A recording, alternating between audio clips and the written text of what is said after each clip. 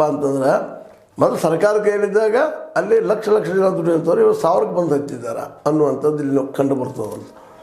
ಈ banking sector ತೊಗೊಳ್ರಿ, 2014ರಾಗ ಅವ್ರ ಕೈಯಾಗಿ ತೊಗೊಂಡಾಗ ಹೆಚ್ಚು ಕಡಿಮೆ 9.5 ಲಕ್ಷ ಜನ ಬ್ಯಾಂಕಿಂಗ್ ಸೆಕ್ಟರ್ ದುಡಿತಾಯಿದ್ರು. ಇವತ್ತು ಎಷ್ಟಾಗಿದ್ದಾರೆ? ಇವತ್ತು ಅದನ್ನು ತೆಗೆದು ನೋಡಿದಾಗ ಇವತ್ತು 8-7 ಲಕ್ಷ ಜನಕ್ಕೆ ಬಂದು ಹಚ್ಚಿದ್ದಾರೆ. ಜನ ಕಡಿಮೆ ಆಗ್ತಾಯಿದ್ದಾರೆ ಅದು ಸೆಕ್ಟರಿಂದ ಆದರೂ ಸಹಿತ. ಸಾರ್ವಜನಿಕ ರಂಗದಿಂದ ಕೆಲಸ ಹೆಚ್ಚು ಹೆಚ್ಚ ಕಡಿಮೆ ಕೂಲಿ ಕಾರಣ ಅಥವಾ ಇವು ಲೇಬರನ್ನ ಅಥವಾ ಅಧಿಕಾರಿಯನ್ನು ತೊಗೊಳ್ಳೋಂಥದ್ದು ನಾವು ನೋಡ್ತಾ ಇದ್ದೀವಿ. ಈ ಎಲ್ಲ ಹಿನ್ನೆಲೆಯಲ್ಲಿ ಭಾರತದಲ್ಲೇ ನಮ್ಮ ಟೆಸ್ಲಾ ಅಂದರೆ ನಮ್ಮ ಮಲಾನ್ ಮಸ್ಕದ ಕಂಪ್ನಿ ಬರುವಂಥದ್ದು ಮತ್ತು ಟ್ಯಾಕ್ಸ್ ಅಂತ ಈ ರೀತಿಯಾಗಿ ಸಮವಾಗಿ ಭಾರತದ ಸಹಿತ ಅವರಷ್ಟು ಟ್ಯಾಕ್ಸ್ ಕೊಡಬೇಕಾಗೋದ್ರಿಂದಾಗೆ ಸಹಜವಾಗಿ ರೂಪಾಯಿಯ ಮೌಲ್ಯ ಕಡಿಮೆ ಆಗಿದ್ದರಿಂದಾಗೆ ಮಾರ್ಕೆಟ್ನ ಸಹಜವಾಗಿ ಈಗ ನಾವು ಇಂಪೋರ್ಟ್ ಮಾಡ್ಕೊಂಡಿದ್ದ ಹಣವನ್ನು ಹೆಚ್ಚು ಕೊಡುವಂಥ ಪ್ರಸಂಗ ಬರ್ತದೆ. ಎಕ್ಸ್ಪೋರ್ಟ್ ಮಾಡೋದಕ್ಕಂತ ಆ ಪ್ರಮಾಣದ ಅಮೇರಿಕೆ ಮಟ್ಟದ ಪ್ರಮಾಣದ ವಸ್ತುಗಳ ಮೇಲೆ ತಯಾರೋದು ಕಡಿಮೆ ಆಗ್ತದೆ. ಮೊದಲೇನೋ ಒಂದಿಷ್ಟು ಎಲ್ಲ ದೇಶಗಳು ಅನುಕೂಲ ಮಾಡುವಂಥ ಒಂದೇನೋ ದೊಡ್ಡ ಅಣ್ಣನ ಒಂದು ವರ್ತನೆ ವರ್ಕ್ ಮಾಡ್ತಾಯಿತ್ತು ಅಮೇರಿಕ.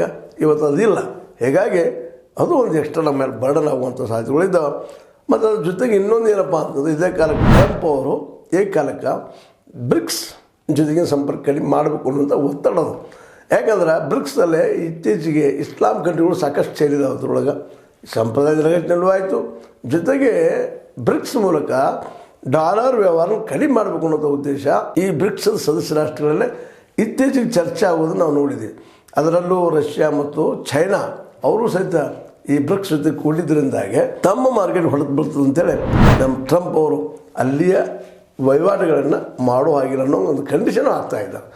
ಒಟ್ಟಾರೆಯಾಗಿ ಟ್ರಂಪರ ಈ ಒಂದು ಟ್ಯಾಕ್ಸ್ ನೀತಿಯಿಂದಾಗೆ ಈ ಒಂದು ಥರ್ಡ್ ವರ್ಲ್ಡ್ ಕಂಟ್ರಿ ಅಂತ ಕರಿತೀವಿ ಅಥವಾ ವಿಕಸಿತ ಆಗುವ ದೇಶಗಳು ಈಗಾಗಲೇ ನಮ್ಮವ್ರು ಹೇಳ್ತಾ ಇದ್ದಾರೆ, ನಮ್ಮ ಮೋದಿಯವರು ಇಲ್ಲ ನಮ್ಮ ವಿಕಸಿತ ದೇಶದ ಅನ್ನುವಂಗೆ.